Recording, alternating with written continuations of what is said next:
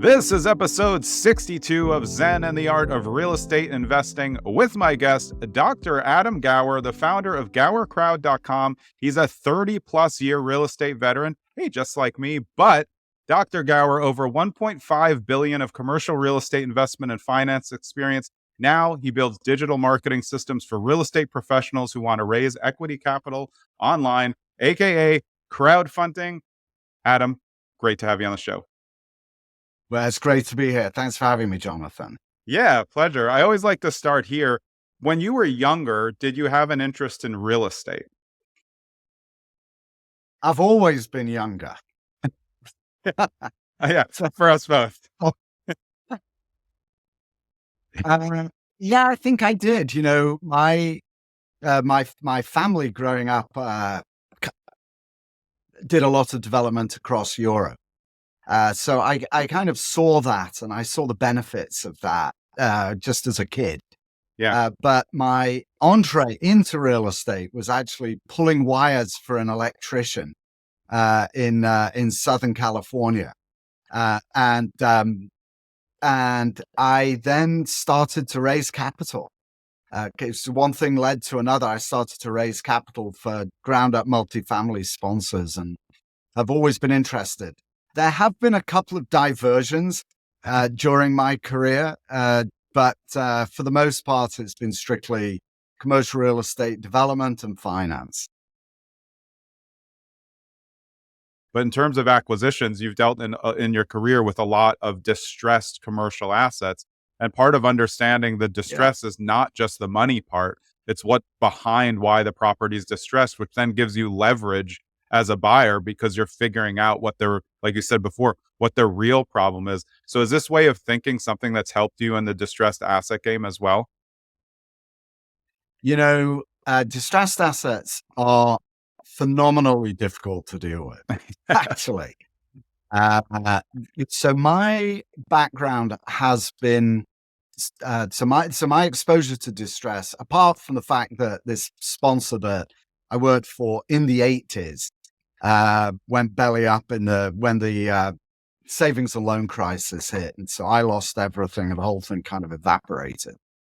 So that was a different experience. I suppose the biggest lesson then was this time is different, right? Yeah. I say that, you know, right. I mean, it really is. It's going to be different than the last time, and it's not going to be what you expect. So expect the unexpected and be ready to roll with it. Yeah.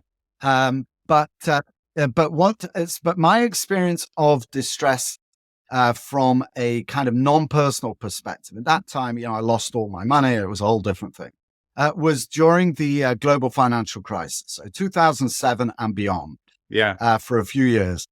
And that was when I was in a major bank working on their portfolio of real estate collateralized loans across all asset classes and, you know, hundreds of sponsors and across a large geographical area. And then ultimately at Colony Capital.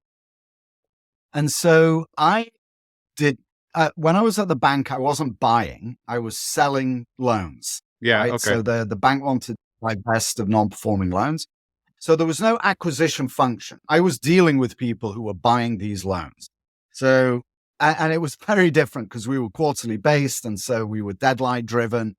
FOMO, fear of missing out, was the primary driver to our success. Like if you don't if you don't wire down payment and fax documents by Friday and before anybody else does, you're not getting it. It was relatively easy. It was hardcore, but it was relatively easy from the sell side to do that. When I was at Colony, also, they bought $7 billion of notes. So I wasn't on the acquisition side of that. I was also working on divestments. So buying notes is a very tough, or notes or buying distressed real estate is very tough because you've always got somebody on the sell side who is fighting for survival. And so it's very different from, you know, an investor who's looking to make money. That's a positive, right, kind of relationship. You're encouraging them, you're educating them, an investor, right, to invest with you. when you're trying to buy something from somebody who is looking down the barrel of insolvency, conversations are very, very different. Yeah. And very challenging. You've got to also be, this is actually what my wife says is my superpower. She says, my superpower is that I am able to hear the word no 100 times before I get a yes and just keep on going. All right. Yeah. And I think acquisitions, that's the skill that act guys have to have. You've just got to realize that those diamonds are very rare. They're hard to find. And you've got to be mining all the time consistently in order to find them. And most of the time, you're not going to find what you're looking for. Yeah. I think based on that, to me in acquisitions and in all of that, no to me is always not now. And if you're in that position and you think of no as not now, then it's just like, okay, well, maybe later, instead of just saying no, okay, well, I guess this is over. You're never going to sell anything like that. Well, that's super important. I mean, look, so my expertise in capital raising, we run campaigns. So we build digital marketing systems for sponsors. But once we built those, we then start to do paid advertising. And by the way, don't do paid advertising until you've got a good platform, because you'll piss money away. Excuse my language. I'm not sure what's allowed on podcasts. So you want to have a good platform first. That's what we build. And then we move to paid advertising. And what I'll tell you is, if you're doing paid advertising, for example, on Facebook, 98% of the leads that you will get will say no first. Think about, right? So only 2%, only 2 people, if you're lucky, out of 100 within the first 90 days will actually invest with you. That means that your investor relations people have to hear no 98 times before they get a yes, or 50 to 49 times before they get a yes. And then they're going to get a yes. That is a lot of rejection. But all of those people that come into your funnel, right, come into your ecosystem by giving you their name and email address, that don't say yes immediately, they came to you for a reason.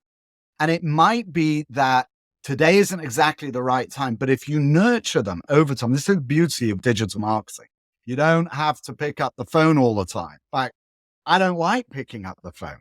Yeah, me neither. Some of our IR people, investor relations guys, don't like to do that either. Some love it, right? That's all they want to do. Small clients, they only want to talk on the phone. I just think it's so inefficient, but some of that's what they really like to do.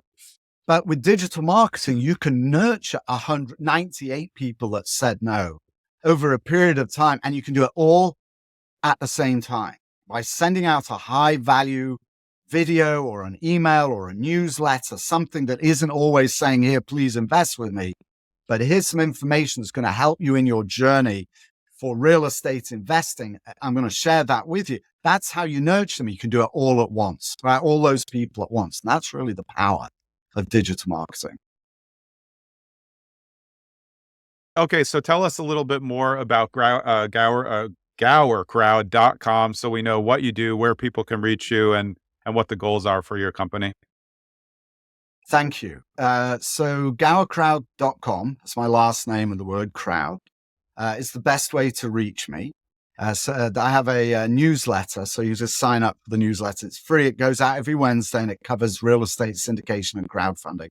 And we are focused at the moment. It's a big risk, actually, Jonathan. I'm taking a big risk. I'm gonna date stamp this. I'm sorry to do it for you because I like evergreen content.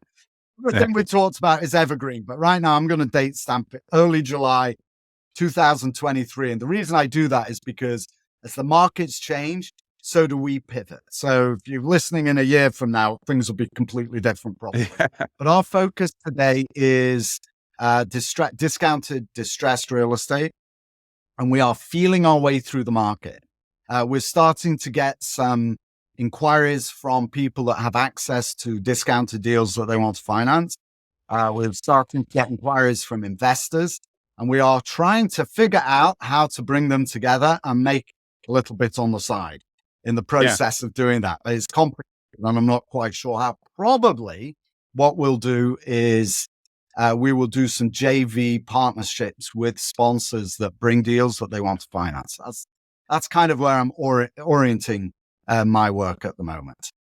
Yeah, that makes sense. And you said you have 3 books. Tell us about those before we hop off.